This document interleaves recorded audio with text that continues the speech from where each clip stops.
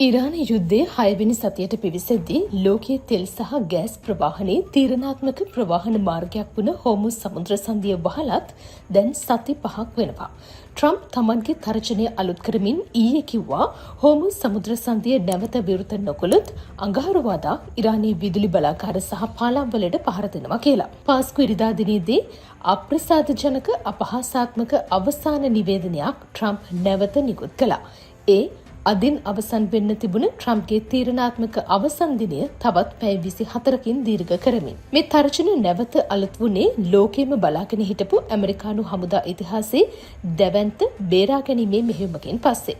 ඒ තමයි ඉරානයේදී කඩාවැටුණු ඇමරිකානු ප්‍රහාරක යානයක ඉඳලා අතුරුදන් වුණ ගුවන්බටයා බේරාගත්ත මෙහෙයුම. තර්ජන අලුත් වෙද්දී බංකර් බස්ටර් බෝම්බ රැගෙන යන B1B ලාන්සර් බෝම්බ හෙළන යාන 3ක් පැය 15කට වඩා වැඩි මෙහෙයුමක් සඳහා ඊයේ එක්සත් රාජධානියේ ෆෙයාර්ෆෝඩ් කඳවුරින් ගුවන්ගත වුණා. ට්‍රම්ප් තර්ජනය කරපු විදිහට සිවිල් යටිතල පහසුකම් වලට පහර දුන්නොත් ඉරානීය සීමාවකින් තොරව එක්සත් ජනපද සහ ඊශ්‍රායල යටිතල පහසුකම් වලට පහර දෙන බවත් මුළු කලාපයම ඔවුන්ට අපායක් කරන බවටත් ඉරානය අනතුරු ඇඟවීමක් කළා. ඉරානය කියනවා හෝමුස් සමුද්‍ර සන්ධිය නැවත විවෘත කරන්නේ යුදහානි සඳහා වන්දි විදිහට ප්‍රවාහන ගාස්තු ආදායම ලබාගත්තම විතරයි කියලා. මේ අතරේ චීනයයි රුසියාවයි දුරකථන සාකච්ඡාවක යෙදෙනවා ඉරාන යුද්ධය ගැන.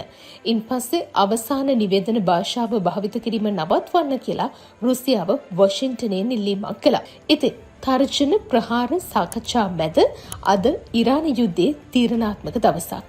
ඒ ගැන අද වීඩියෝ එකෙන් අපි කතා කරමු. රැඩිකල් ශ්‍රී ලංකා YouTube channel එක ඔස්සේ සම්පූර්ණ වීඩියෝ එක නරඹන්න ඔබට ආරාධනා කරනවා. Radical Sri Lanka brings the world to your screen. Subscribe for your daily international news update.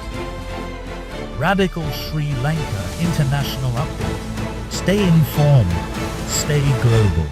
ඉරානයේ අතුරුදන් වුණ ඇමරිකානු ගුවන්බටයා බේරගත්ත මෙහෙයුමින් පස්සේ ඉරාන යුද්ධයේ අවධානය නැවතත් හෝමුස් සමුද්‍ර සන්ධිය දිහාට යොමු වුණා.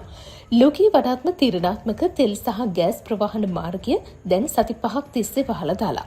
ලෝකයේම දැන් හුස්ම අල්ලන් බලාගෙන ඉන්නේ ඉදිරි පැය 24න් පස්සේ මොකක්ද සිද්ධ වෙන්න යන්නේ කියලා. ඊයේ පාස්කු ඉරිදා දිනේදී එක්සත් ජනපද ජනාධිපති ඩොනල්ඩ් ට්‍රම්ප් තමන්ගේ ට්‍රුත් සෝෂල් ගිණුමේ අසභ්‍ය වචන සහිත පණිවිඩයක් පළ කළා. මේක ඇත්තටම තර්ජනයක්. හෝමුස් සමුද්‍ර සන්ධිය නැවත විවෘත නොකළොත් අඟහරුවාදා ඉරානයේ විදුලි බලාගාර සහ පාලම්වලට පහර දෙන බවට ඔහු ආයෙත් තර්ජනය කළා. මීට කලින් එවෙනුවෙන් ට්‍රම්ප් ඉරානයට ලබා දුන්න අවසන් දිනේ තමයි අද. කොහොම වුණත් ඒ අවසාන දිනය තවත් පැය 24කින් දීර්ඝ කරමින් අඟහරුවාදා නැගෙනහිර වේලාවෙන් රාත්‍රී 8 කියලා අවසන් වේලාව ඉරානයට ලබා දුන්නා. ඊයේ ට්‍රම්ප් තවත් කතාවක් කිව්වා එක්සත් ජනපදයේ ගැඹුරු සාකච්ඡාවල යෙදී ඉන්න බව සහ ඉරානයට ගනුදෙනුවකට වඩා හොඳ අවස්ථාවක් තියෙන බව. ඒත් සාකච්ඡා අසාර්ථක වුණොත් ඉරානයේ ඉතිරි සියල්ල පුපුරවා හරින බවට ඔහු තර්ජනය කළා. ඔහු Fox News වෙත කියනවා ඉරානයේ තෙල් අල්ලා ගැනීම ගැන සලකා බලන බව. Wall Street Journal සමග කියනවා ඉරානය මුළු රටේම හැම බලාගාරයක්ම නැති කරගනී කියලා. යුද්ධයේ සති කිහිපයකින් නෙවෙයි දින කිහිපයකින් අවසන් විය යුතු බව ABC පුවත් සේවය සමග කියනවා. ඒ වගේම ඔහු ඉරාන ජනතාවට කිව්වා යුද්ධය අතරමඟ නතර කරලා යන්නේ නැති බව. සිකුරාදා ඉරානය කිව්වා තමන් දේශීයව නිපදවන ලද අලුත්ම ගුවන් ආරක්ෂණ පද්ධතියක් යෙදුව බව.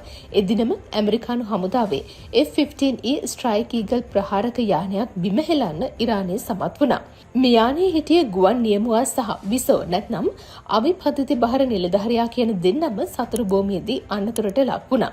සිකුරාදා දිනේම ගුවන් නියමුවාව ඇමරිකානු හමුදාව විසින් බේරගත්තා. CIA සංවිධානය අනෙක් ගුවන්පටයා සැඟවිලා ඉන්න තැන හොයාගෙන පෙන්ටගනයට තොරතුරු ලබා දුන්නා. ඉරාන හමුදා මගහරමින් ගිනිඅවියක් විතරක් තියාගෙන සතුරු භූමියේ දිනකට වැඩි කාලයක් සැඟවිලා දිවිගලවගත්ත ගුවන්පටයා අවසානයේ ඇමරිකානු හමුදා විසින් දැවැන්ත මෙහෙයුමකින් පස්සේ බේරගත්තා. ඔහු ඉන්න තැනින් ඉරාන හමුදා ඈත් කරලා තියන්න ඇමරිකානු හමුදා බෝම්බ සහ ආයුධ ප්‍රහාර භාවිත කළා. පැරාරෙස්කියු විශේෂ බලකා සෙබළුන් 100ක් විතර මේ මෙහෙයුමට සම්බන්ධ වුණ අතරේ යුද ගුවන් යානා රැසක් සහ ප්‍රවාහන ගුවන් යානා 5ක් යොදාගත්තා.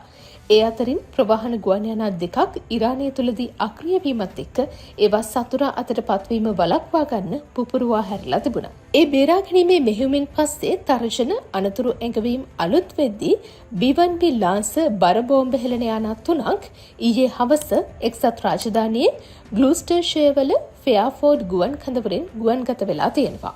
බංකබස්ට බෝම්බ අරන් යන මේ B1B ලාන්සර් බෝම්බ හෙළන යානා පැය 15කට වඩා වැඩි කාලයක මෙහෙයුමක් සඳහා පිටත්ව ගියා කියලා තමයි අපේක්ෂා කරන්නේ. ට්‍රම්ප්ගේ තර්ජන හෝ ප්‍රහාර හමුවේ ඉරානය පසුබසින්නෙත් නැහැ. ඉරානයේ ඉහළම හමුදා මුලස්ථානය වන කටම් අල් අන්බියාහි අනදන නිලධාරී අලි අබ්දුල්ලාහි කිව්වා ප්‍රහාර උත්සන්නවීම් දිගටම පැවතුනොත් එක්සත් ජනපදයට සහ ඊශ්‍රායලයට නිරයේ දොරටු විවෘත කරනවා කියලා. ට්‍රම්ප්ගේ තර්ජන මංමුලා සහගත කලබලකාරී අසමතුලිත සහ මෝඩ ඒවා බව ඔහු කියනවා. ඉරානය එක්සත් ජනපද සහ ඊශ්‍රායලයේ යටිතල පහසුකම් සීමාවකින් තොරව ඉලක්ක කරන බවටත් අනතුරු ඇඟවීමක් කළා. තවත් ඉරානයේ නිලධාරියෙක් ට්‍රම්ප්ගේ ඉල්ලීම් සම්පූර්ණයෙන්ම ප්‍රතික්ෂේප කරමින් කිව්වේ හෝමුස් සමුද්‍ර සංධිය නැවත විවෘත කරන්නේ ප්‍රවාහන ගාස්තු ආදායම යුද හානිය ආවරණය කළාට පසුව විතරයි කියලා.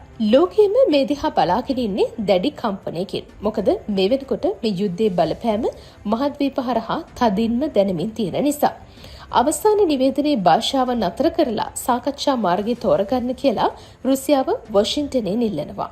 ඉරානයේ අවසාන නිවේදනයන් පිළි නොගන්න බවත් සාධාරණ ගනුදෙනුවලට පමණක් ප්‍රතිචාර දක්වන බවත් වොෂින්ටනයට තවම තේරෙන්නේ නැහැ කියලා රුසියාව කියනවා. මැදපෙරදිග අර්බුදය ගැන චීන සහ රුසියානු විදේශ අමාත්‍යවරුන් හදිසි දුරකථන ඇමතුමකුත් අරන් තියෙනවා.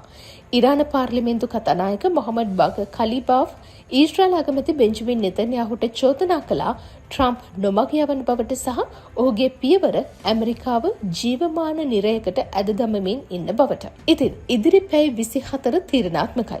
සාකච්ඡාවලින් ඉරානය ගිවිසුමකට එයිද? හෝමුස් සමුද්‍ර සංධිය නැවත විවෘත වෙයිද? ඉරානයේ විදුලි බලාකාර පාලම් පුපුරුවා හරින සහ මැද පෙරදිගම අපායක් කරනවා කියන ඉරාන ඇමරිකා තර්ජන හැබෑවක් වෙයිද? ඔබේ අදහස් පහලින් කමෙන්ට් කරන්න. අලුත්ම තොරතුරු එක අපි තවත් වීඩියෝ එකකින් හමුවෙමු.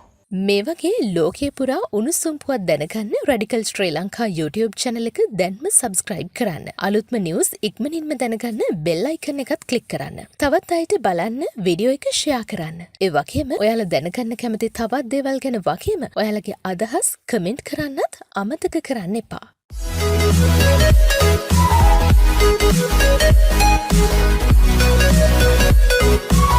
Thank you.